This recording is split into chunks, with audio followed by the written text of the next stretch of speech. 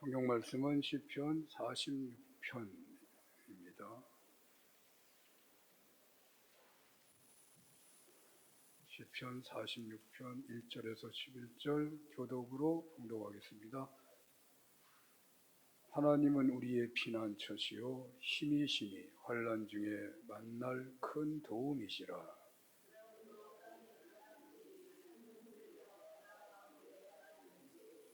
바닷물이 솟아나고 뛰놀든지 그것이 넘침으로 산이 흔들릴지라도 우리는 두려워하지 아니하리로다.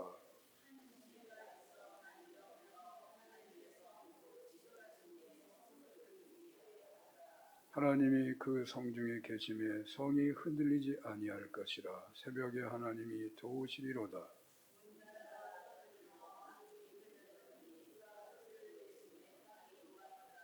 만군의 여호와께서 우리와 함께 하시니 야곱의 하나님은 우리의 피난처시로다.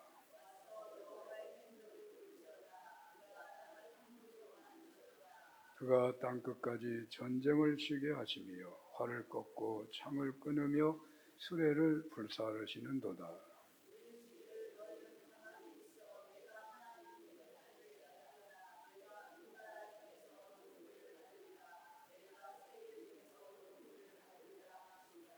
만군의 여호와께서 우리와 함께 하시니 야곱의 하나님은 우리의 피난처시로다. 아멘. 아멘. 시편 46편 본문으로 피난처 되신 하나님이라는 제목으로 주님의 말씀을 증언하겠습니다. 지난 주간에 지난주 지지난 주가 되나요? 지난번 토요일인데 한신교회 직분자 교육에 강사로 갔었는데요. 목회를 오래 했어도 어디 가서 뭘 하려고 하면 여간 부담스러운 게 아니고 또 무슨 전문 강사가 아니고 설교가니까 뭘 주제를 딱 정해가지고 한다는 게 또 쉽지가 않아서 늘 그런 교육을 가면은 이제 고민에 빠지는데 지지난번에도 한번 갔었기에 그때도 보니까 주일날 설교를 가지고 했더라고요. 그래서 저에게 오는 감동이 내가 주일날 설교를 했는데 주일날 말씀 가지고 해야 되겠구나. 그래서 그때도 주일 설교 본문을 중심으로 교육을 했었습니다. 피드백을 제대로 받아보지 못해서 잘 되었는지 잘 안 되었는지 모르지만 저는 반복하니까 은혜가 되더라고요. 이거 역시 제 착각일 수 있지만 설교자로서 가장 중요한 것은 일단 선포자 자신이 은혜를 받아야 한다는 것은 언제나 우선적이라고 생각이 듭니다. 오늘 맥주감사절 설교도 예전에도 종종 그러했지만요. 강의 설교를 이어서 그냥 절기로 선택을 했습니다.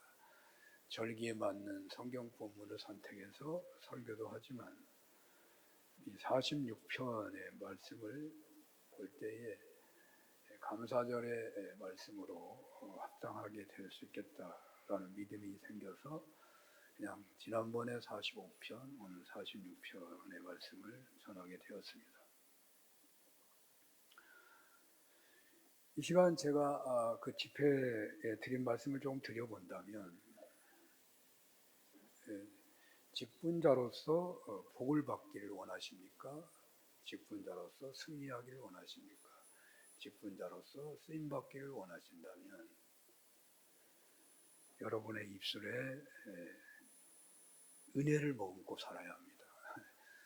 그러니까 지난번 45편 설교가 그런 거였죠. 그 입술에 은혜를 먹으면 영원히 하나님이 복을 주신다. 그래서 우리가 하나님 앞에 부름받아서 직분자로 살아간다고 할 때 아마 말이 얼마나 중요한가. 근데 오늘 딱 맞더라고요. 입술에 은혜를 머금어야 한다. 우리가 민수기서 14장 28절에 하나님께서 내 삶을 두고 맹세하노라. 너희 말이 내 귀에 들린 대로 내가 너희에게 행한다. 이런 말씀이 있잖아요. 우리 말대로 하나님 행하신다. 그런 말씀도 있고. 그런데 그 말대로 된다. 은혜의 말을 입에 머금고 살아라. 그런데 1시간 정도 해야 되거든요. 그러니까 이게 모자르는 거죠. 시간이 안 돼서. 그 말대로 된다. 우리의 입술에 은혜의 말을 머금고 살면 우리가 정말 승리하는 신앙인이 된다 할 때, 그럼 어떻게 또 한 걸음 더 들어가 본다면 어떻게 우리가 은혜의 말을 입술에 머금고 살겠는가라고 해본다면, 그 우리의 생각이 또한 중요하다는 것을 알 수가 있습니다. 생각. 그래서 육신의 생각은 사망이요 영의 생각은 생명과 평안이니라, 그런 말씀이 있고요. 우리가 진정 승리하는 신앙생활을 하기를 원한다면 은혜의 말만 머금고 살면 되지만, 그 은혜의 말이라는 것이 그 사람의 마음에서 나오는 것이어서 우리의 생각이 훈련돼야 한다. 우리의 생각이 얼마나 복잡하냐고요. 지금 예배 드리는데 여러분 무슨 생각을 하는지 모르겠습니다. 여러분 지금 생각하고 있는 그것이 바로 여러분 신앙의 본질일 수도 있습니다. 우리가 정말 많이 예배 드리면서 심각하게 생각해 봐야 합니다. 나 예배 드리는데 딴 사람 생각이 났어. 그럼 여러분 신앙의 모습이에요, 그게. 그러니까 지금 내가 이 말을 했기 때문에 이제 하나님 앞으로 싹 생각이 왔다 올 수도 있겠죠. 내가 지금 무슨 생각을 하고 있는가, 예배 중에. 그게 여러분의 신앙의 본질이에요. 고린도후서 10장 5절에 하나님 아는 것을 대적하여 높아진 것을 다 무너뜨리고 모든 생각을 사로잡아 그리스도에게 복종하게 하라, 이런 말이 있어요. 생각을 사로잡아 그리스도에게 복종하게 하는 훈련이 필요하다는 것입니다. 세상 사람들도 사람 팔자 마음 먹기 달렸다, 그런 말을 하잖아요. 그게 그냥 우연히 나온 말이 아닙니다. 마음 먹기 달린 것이 사실이잖아요. 모든 것이 다 마음 먹기에 달려 있다는 말이잖아요. 근데 이 세상 사람도 그런데 우리 신앙인은 더 그렇다는 거예요. 왕 같은 제사장 된 우리, 성령이 거하시는 성전이 될 수 있는 우리가 다른 생각을 하면 성령이 떠나실 거 아니에요. 엄청 중요한 거예요. 신앙인에서 생각은 더 중요한 거예요. 신앙이 되는 생각대로 되는 거예요. 이 세상 사람들도 마음 먹기 달렸다는데 우리 생각이 중요해요. 육신의 생각은 사망이고 영의 생각은 생명과 평안입니다. 우리의 생각이 온전히 주님께 복종해야 한다는 것이죠. 주님께서는 먹는 것이 나쁜 것을 나오게 하는 것이 아니라고 하셨습니다. 먹는 것은 창자를 거쳐 뒤로 나오는 것이죠. 마음의 악한 생각이 나쁜 것을 내는 것입니다. 그래서 기독교 상담가들은 대체로 행복한 삶을 위해서는, 샬롬을 누리는 삶을 위해서는, 승리하는 신앙생활을 하기를 원한다면 생각 덩어리를 바꿔야 한다는 말을 합니다. 생각이 바꿔야 한다. 생각이 바꿔져야 합니다. 예수 믿기 전에 생각, 예수 믿은 후에 생각이 바꿔져야 하는 것입니다. 이게 쉽게 안 바꿔져요. 우리 말과 행동을 지휘하는 지휘본부가 바뀌어야 하는 것이니까. 이 지휘본부를 바꾸려고 한다면 오직 말씀을 묵상하는 것이 최고의 방법이라고 그래요. 말씀을 묵상해서 그 생각과 말씀을 바꿔치기 해야 된다는 거예요. 그러려면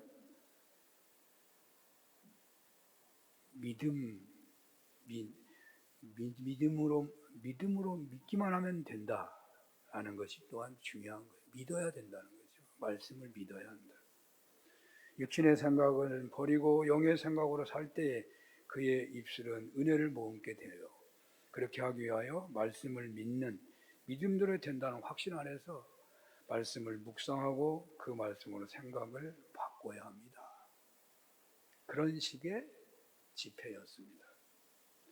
그러므로 진정 승리하는 복을 받는 쓰임받는 직분자가 되기를 원한다면 말대로 된다는 말씀 따라서 그 입술의 은혜를 머금고 살아야 하고, 생각대로 된다는 말씀 되는 것을 알고 생각 덩어리를 교체하는 생각 훈련도 늘 해야 한다는 것을 알고, 하나님 말씀 믿는 분명한 고백 안에서 말씀을 묵상하고 적용하는 삶을 살아야 한다고, 이렇게 살아서 정말 복된 직분자가 되라. 이것이 지난번 집회,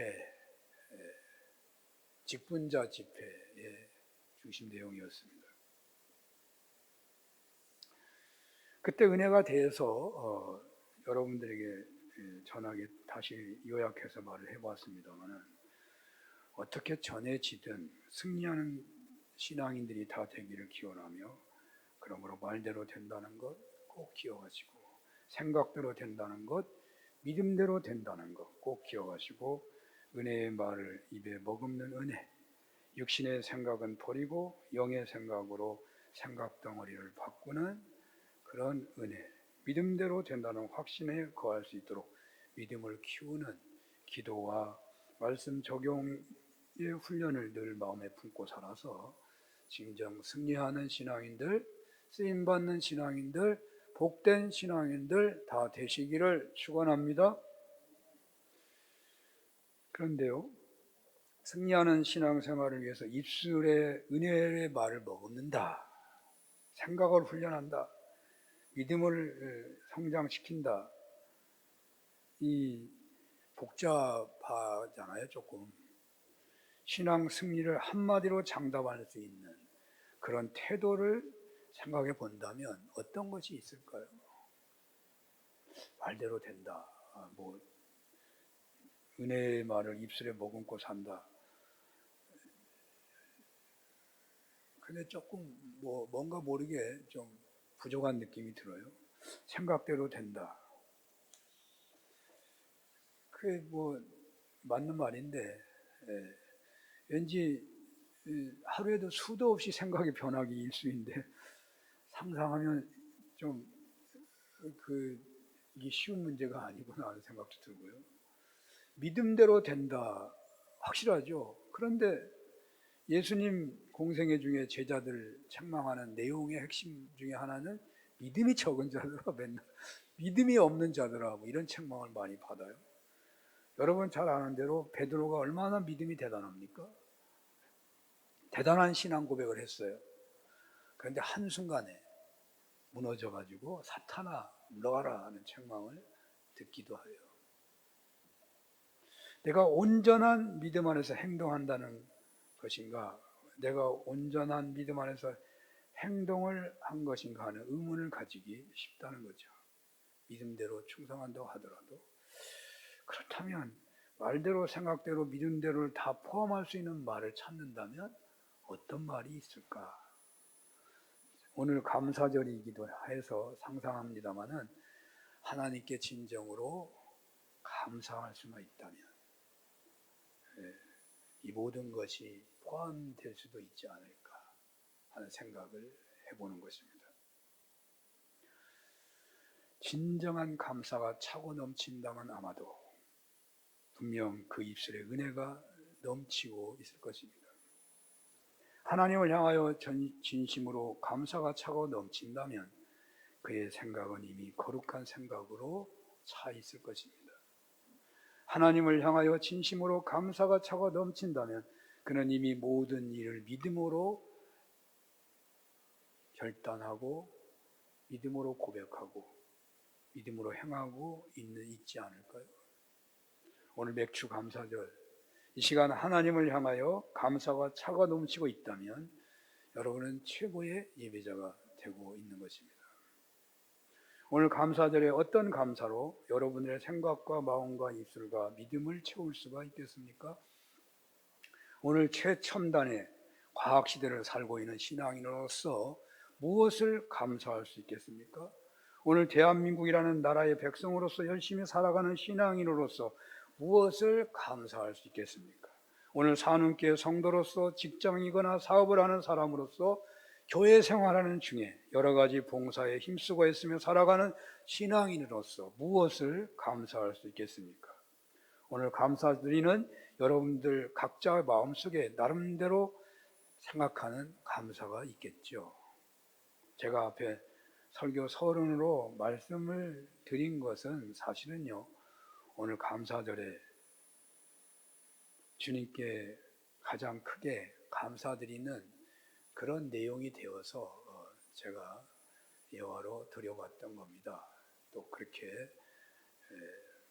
가서 집회도 했으니까 잘 안 되지만 제 입술에는 언제나 은혜의 말만 머금어야 한다는 주의를 계속하게 하는, 그러니까 나도 모르게 엉뚱한 말이 툭 튀어나오면 내가 이러면 안 되지, 내가 은혜의 말을 해야지, 그렇게 말이 내가 바로 주의를 주더라고요. 참으로 잘 안 되어서 그만 포기하다시피 했던 태도였지만 제법 저의 입술이 불평과 불만, 심지어 욕스러운 말이 나타나려고 하면 바로 제동을 시도하는 것을 제가 봅니다. 내가 복을 너무너무 많이 받았는데, 내가 하나님 앞에 그래도 복되게 살아왔다고 생각하는데, 그러나 돌아보면 부족한 게 너무 많거든요. 죄송한 것도 너무 많고, 부족한 것, 채워지지 않은 것도 너무 많아요. 왜 내가 더 풍성한 복을 못 받았냐? 이 말 때문에 문제가 됐구나. 내가 말이 문제가 많아. 그 면에서 영적 성장인가는 생각에 감사가 있습니다. 그리고 더 나아가 생각대로 되고 믿음대로 된다는 확신과 훈련의 기회를 가질 수 있게 해주신 것도 특별하게 감사하는 감사절에 저의 감사합니다. 저녁에 잘 때 생각대로 된다는 그 생각이요, 많이 거룩해집니다. 그게 얼마나 감사한지 모릅니다. 이 생각이 자꾸만 화가 나면 다른 사람 생각, 화를 내고 잠잠해서 원수 같고 그런 경우가 있잖아요. 세상에서 하지 못하는 걸 생각으로 하잖아요. 그거 다 헛된 의미가 하나도 없는 거예요. 거룩한 생각이라고 하는 게 얼마나 복이 있는지 모릅니다.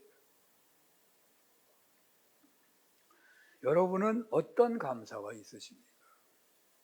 오늘 본문에서 상상하게 된다면 하나님께서 여러분들의 피난처가 되어 주셨다고 말씀하십니다. 바로 그것을 감사라고 하십니다. 오늘 본문의 배경은 히스기야 왕 때 아수르의 사내립이 쳐들어와서 예루살렘 성을 제외하고는 북이스라엘부터 다 초토화되어 버렸고 유다 땅도 다 점령되었고 오직 예루살렘 성 하나만 마지막으로 남았는데 그 성마저 완전히 포위되어서 얼마 지나지 않으면 다 죽게 되는 그런 현실에 놓여 있는 것입니다.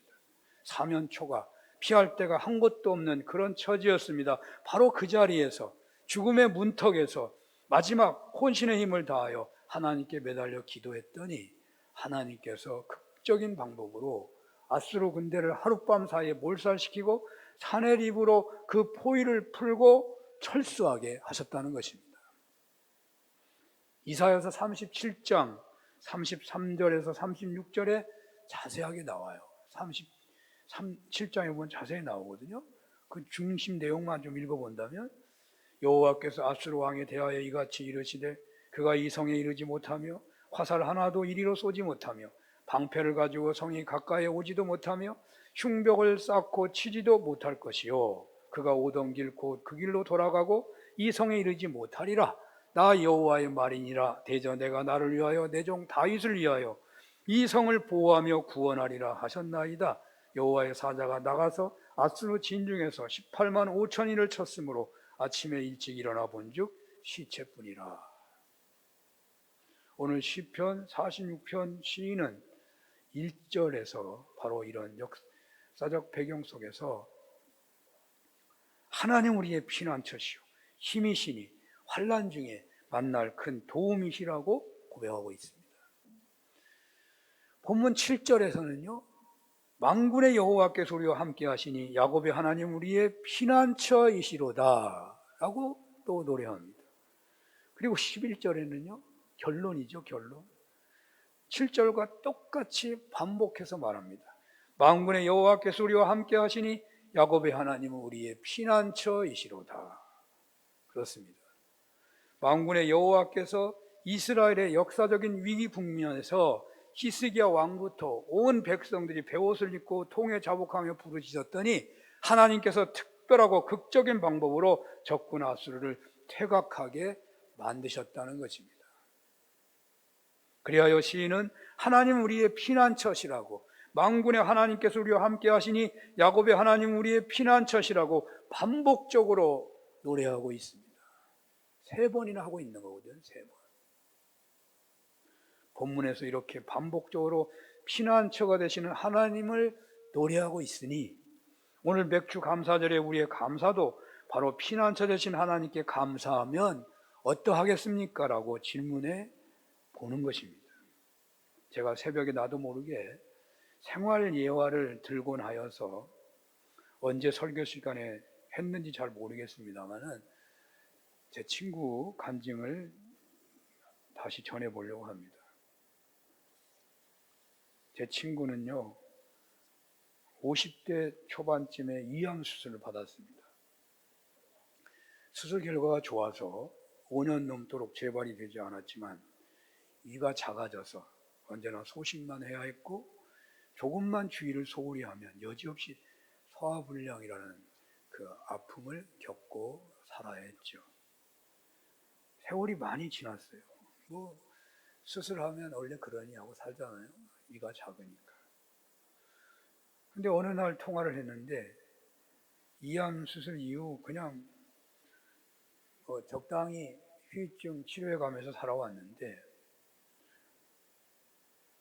작년부터인가 소화불량이 저녁 내내 잠을 못 잘 정도로 계속되었고 병원에서 약을 먹어도 어떤 치료를 받아도 잠시뿐이고 여러 병원을 가보고 뭐 수단 여러 가지 시도를 다 해봤는데 여전히 이제 뭐 밥을 조금만 더 먹으면 그냥 배가 부글부글하고 잠을 못 잘 정도로 안 먹으면 기력이 없어서 행동할 수도 없고 그렇게 겨우 버티고 살았는데 얼마 전에는 이제 의욕을 상실할 정도가 돼버렸어요. 살 길이 없구나. 어떻게 해야 되는가. 종종 통화를 하는 친구라 어떻게 해야 하고 서로 그 문제를 놓고 이야기를 나누기도 했고 제가 전도한 친구여서 상황이 달라진 친구를 위한 기도가 제가 달라지더라고요. 그 친구가 너무나 저에게는 소중하고 고마운 친구예요. 물론 저에게 뭐 많은 걸 도와줘서가 아니고 믿음 생활하는 것이 너무나 고마운 거예요. 남자가 직장 생활하면서 자녀들 키우고 그 세상 한복판에서 다른 친구들은 그 당시에 전도해가지고 나가기도 하겠는데 다 그만뒀는데 그 친구는 지금까지도 믿는 거 보면 얼마나 고맙고 감사한지 몰라요. 너무나 생활이 어려운데도 신앙생활 열심히 하고 뭐 그래요. 그래서 세상에서 빛과 소금 되게 해달라고 늘 그렇게 빛과 소금 되니까 그렇게 기도를 해왔는데 아니 너무 힘들어하는 거예요. 하나님이 살아계시냐 한동안은 그런 말도 하고 막 그 어렵고 힘든 거 넘어서려고 유튜브에서 유명하다는 목사님 설교는 다 듣는 설교 듣고서 뭐 이런 얘기 저런 얘기 하고 은혜 받았다고 하고 그래도 몸이 치료가 안 되니까 너무 어려워서 저도 신앙 기도가 바뀌더라고요. 아 이거 어떻게 기도해야 자기 십자가를 지고 끝까지 주님 따르게 해달라고. 물론 이 기도가 잘 됐는지는 모르겠어요. 믿음 잃지 말라는 기도죠. 인내하고 감당하게 해달라고. 자기 십자가를 지고 끝까지 주님 따르게 달라고. 근데요, 어느 날 전화했더니 완전히 달라져 갖고 전화를 받아요. 그래서 자기 간증 얘기를 하는 거예요. 너무 속이 아프고 먹어도 소화가 되지 않고 고통스러워서 하나님께 기도하고 했지만 낫질 않으니까 사생결단하듯이 내가 기도 한번 해봐야 되겠다. 내가 기도를 많이 해왔지만 사생결단하듯이 기도해봐야 되겠다. 사생결단하듯이 기도하는 건 어떤 기도인가? 생각을 해보니까 말씀을 많이 들어서 그런지 소원기도가 떠오르더래요. 소원기도 해야 되겠구나. 그래서 하나님 치료해 주시면 제가 매달 구제헌금을 하겠습니다. 그게 얼마인지는 기억이 안 나요. 아마 20만 원이나 30만 원 되는 것 같아요. 구제헌금을 내겠습니다. 나이가 이제 있으니까 이미 퇴직한 지 오래고 임시직 취업해가지고 다니는데 아파트 융자 남아있기 때문에 이자 나가지, 보험료 내지, 생활비 빠듯해요. 안수 집사니까 또 뭐 11조 감사헌금 해야지 빠듯한데 자기의 할 수 있는 마지막 것을 다 털어서 내가 구제헌금 하겠습니다 하고 기도했대요. 너무 아프니까. 그래 놀라운 일이 나타난 거예요. 저녁에 꿈을 꾸는데 자기 몸속에 낚시바늘 같은 것이 살에 이게 끼워져 있는데 이걸 당기면 살이 뜯어질 거 아니에요. 아픈데 이상하게 당기는데 이 바늘이 빠져나가 버리더래요. 그리고는 다음 날부터 감쪽같이 아픈 것이 사라졌다. 세상에 그럴 수가 있나 그러더라고. 그렇게 수개월 이상 고통스러웠는데 아픔이 사라져버렸죠. 또 그게 아픈 게 사라지니까 다른 것이 또 나타나는 거예요. 갑상선 향진증이 있었다는데 힘들어가지고 이거 뭐 약을 먹어도 그거 낫는 게 아닌가 봐요. 갑상선 향진증. 근데 감동이 오는데 찬송을 불러야겠다. 그래가지고 낫게 해달라고 믿음이 생겨서 간절히 찬송을 반복적으로 불렀다는 거예요. 어느 날이요, 갑상선 향진증이 다 나서 그랬대요. 찬양을 어느 정도 불렀나 그랬더니 찬양을 하면 아무 다른 세상 생각이 안 난대요. 오직 하나님과 대화하듯이 찬양한대요. 하나님을 향해서만 찬양하게 된대요. 근데 갑상선 향진증이 나와서 그랬대요. 그래서 자기의 또 문제가 또 있잖아요.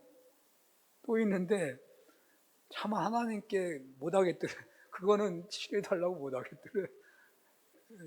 내 은혜가 내게 족하다고 자꾸 생각이 나가지고 모든 걸 다 구하는 게 아닌가. 구할 수가 없겠더래요. 어떻게 제 친구는 이런 특별한 은혜를 받은 것일까요? 오늘 본문하고 연결을 본다면 친구 집사님은 분명 피난처 되시는 하나님께 피하여 구원을 받았다고 할 수 있을 것 같아요. 몸이 아프면요, 피난처가 병원이죠. 경제적으로 어려운 사람에게 피난처는 은행이거나 재력이 있는 가족이나 지인이 될 것입니다. 아니, 현대인들의 피난처는요, 돈이라고 해야 합니다. 그래서 위험에 대비해서 보험 들고 연금 들고 합니다. 그래서 문제가 생기면 가진 돈으로 보험으로 변호사 찾거나 병원을 찾거나 전문가를 찾아 나섭니다. 제 친구도 지독한 아픔 때문에 수도 없이 병원을 찾았고 양이만 찾은 것이 아니라 한의도 찾고 단방향도 먹고 운동도 하고 나름 기도도 많이 했어요. 기도원도 가서 기도도 하고 자신이 할 수 있는 일은 다 했다고 생각했는데 여전히 병명도 모르고 그래서 유튜브에 나오는 유명한 집회 말씀도 들어보고 은혜 받기에 진력을 다하기도 했다는 거예요. 물론 그게 온전히 매달리지는 못했겠지만요. 그럼에도 여전히 아픈 병은 치료받을 길이 없고 막다른 현실에 놓이게 되었는데 바로 그때 마지막 피난처는 마지막 의지할 분은 하나님이시다라는 생각, 그런 하나님 앞에 소원기도를 하게 된 것입니다. 친구의 말에 의하면 병이 나은 것보다 하나님이 자신의 기도에 응답해 주신다는 것이, 하나님이 살아계셔서 역사해 주신 것이 너무나 신기하고 감사해요. 하나님이 옆에 계신 것 같아가지고 너무너무 감사해요. 그렇습니다. 하나님은 진정 우리의 피난처이십니다. 구약시대 그리고 6.25 같은 전쟁 시국이라면 진정 하나님은 신앙인의 피난처라는 고백이 가장 합당한 말일 것입니다.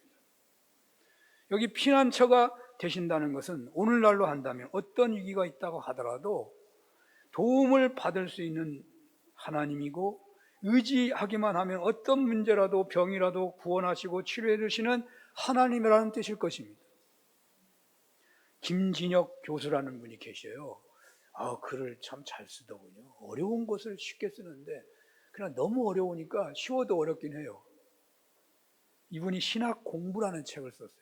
평신도도 읽을 수 있는 책인데, 그 책에 하나님의 속성을 말하는 차트에서 밀러 화이트의 기도시를 인용하고 있는데, 하나님에 대해 배워가기라는 기도시가 있어 소개해 보려고 합니다.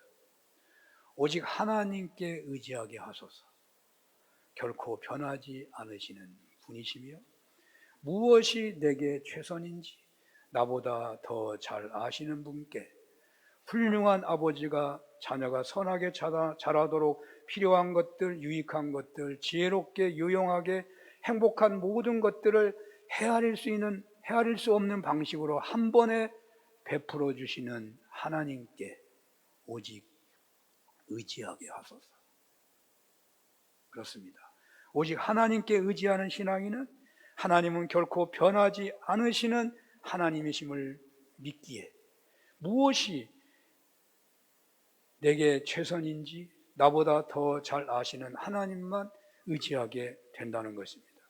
나로 하여금 선하게 성장하도록 필요한 것들을, 유익한 것들을, 지혜롭게 하고 유용하고 행복한 모든 것들을 헤아릴 수 없는 방식으로 단번에 풍성하게 베푸시는 하나님만을 의지하게 된다는 거예요.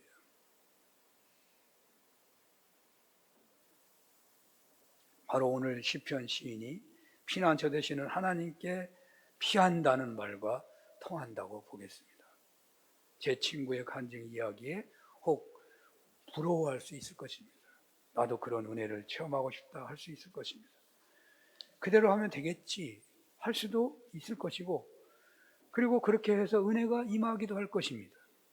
그러나 친구의 간증은 다른 사람도 똑같이 하면 반복적으로 체험이 되는 어떤 은혜 체험 매뉴얼은 아닙니다. 세상에는 피난처가 많습니다. 세상에는 의지할 대상이 많습니다. 그런데 오직 하나님만이 피난처 되신다는 확신과, 오직 하나님만이 의지할 분이시다는 확신과, 그에 합당한 최고의 정성을 다한 믿음의 기도와 찬양이 중요하다는 거예요. 그런데 또 생각할 것이 있습니다. 이렇게 기도하고 찬양해서 피난처 되시는, 구원자 되시는 하나님의 은혜를 체험할 수 있어요. 그런데 여기에 덧붙여서 우리는 또 생각할 것이 있습니다. 보통 신앙인들의 부러워하는 태도는 불신앙에서 오는 경우도 있다는 것입니다. 무슨 말씀이냐면, 하나님의 사랑은 보편적인 사랑입니다. 하나님의 사랑은 편견을 가진 사랑이 결코 아닙니다. 하나님께서는 제 친구만 사랑하시는 것이 아니라 나에게도 똑같은 정도의 사랑을 쏟아 부어 주시고 계시는 분이시라는 것입니다. 여러분 개개인에게도 똑같은 사랑을 베풀고 계시는 분이시라는 것입니다. 그러므로 누가 복을 받았다고 할 때에 부러워하지 마시기 바랍니다. 아니, 부러워할 수 있죠. 그러나 너무 심하게 하지 마십시오. 누가 하나님께 특별한 복을 받았다고 간증할 때 왜 하나님 나에게는 하나님께서 침묵만 하시고 계시는가 혹 불평하지 마시기 바랍니다. 하나님께서는 태어날 때부터 현재까지 자신에게 가장 적절한 사랑을 부어주시고 계시는 분이십니다. 그러므로 오히려 누군가가 하나님께로부터 큰 사랑을 받은 것으로 보여지면 바로 나에게도 그에 준하는 사랑이 임하고 있을 텐데 그것이 무엇일까 하고 찾아보라는 것입니다. 그리고 감사를 드려보시기 바랍니다. 하나님께서는 여러분들의 피난처가 되어주셨습니다. 그래서 오늘 이렇게 믿음을 지키고 예배를 드리고 있는 것 아니겠습니까?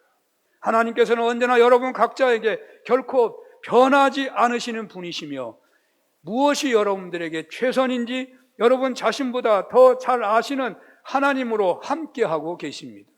여러분들을 진정 어느 누구보다도 사랑하셔서 구원의 자리에 서게 하셨고, 그래서 여러분들로 하여금 선하게 성장하도록 필요한 것들을, 유익한 것들을, 지혜롭고 유용한 하고 행복한 모든 것들을 헤아릴 수 없는 방식으로 단번에 풍성하게 베푸시는 하나님이셨습니다. 그러므로 오직 진심으로 우리의 피난처는 하나님이시고 오직 진심으로 의지할 분은 하나님이십니다. 오늘까지 피난처가 되어주신 하나님께 감사하는 은혜가 있으시기를 바라고, 앞으로의 주어진 혹은 남은 생애 속에서도 피난처가 되시는 하나님만을 의지하는 은혜가 있으시기를 축원합니다.